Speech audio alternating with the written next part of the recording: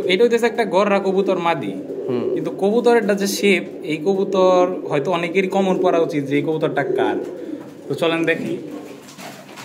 এই যে লব, এই লব চিনে না আমার মনে হয় যারা গররা পালে এরকম কেউ নাই। তো তারপরেও আজকে আসলাম এজ আমার উস্তাদ হিসেবে, মাহবুব ভাই আমার অনেক কাছের একজন মানুষ, তো তার কাছে আসি আসলে কবুতর নেওয়ার জন্য। ভাই আপনারা অনেকেই জানেন যে ভাই অনেকদিন যাবতী অফলাইনের মধ্যে আছে কবুতর নিয়ে, আগে পালা টালা করছে, এখন পালা টালা করতেছে।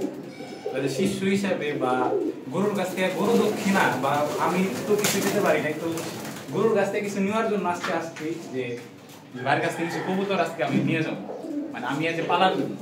তো চলেন আসেন কবুতর গুলো আগে দেখি। তো এই তো একটা মাদি যেটা আমি মাত্র কাছে থেকে ধরছি দেখানোর জন্য। তো এখানে এখন আগে ছিল প্রায় 100, এখন আছে মাত্র 11টা। তো তাহলে মানে বুঝতেই পারতেছেন যে কি পরিমাণ কবুতর ফিচার হয়েছে বাসায়। আর এই উপরে আছে নর। তো ভাই আমার সামনে আসতেছে না, তো ভাইয়ের কাছ থেকে কিছু শুনি যে বাইরে কবুতর পালার এই কাহিনী দেখি। ভাই একটু সামনে আসে।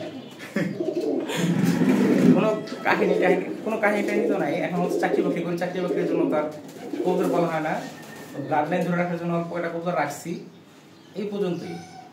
এখানে 11টা নর আছে, 11টা মাদি আছে, আর অল্প একটা বাচ্চা আছে। বাচ্চাগুলো হচ্ছে যে বিভিন্ন জনের রিকোয়েস্ট থাকে, দেখা যায় যে এইসব রিকোয়েস্ট রাখার জন্য হচ্ছে অল্প স্বল্প 2-4টা বাচ্চা করতে হয়, এই আর কি। এখন সব মিলে 30টা কবুতরের মতো আছে বসে।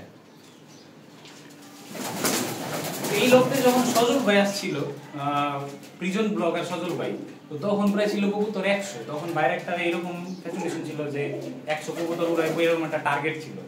তো আমি বাইরে এই টার্গেটটা আমি নিয়ে নিছি বলতে বলেন, এরকম যে আমার এরকম একটা টার্গেট এসে পড়ছে যে আমি এখন থেকে 100 কবুতর উড়াবো।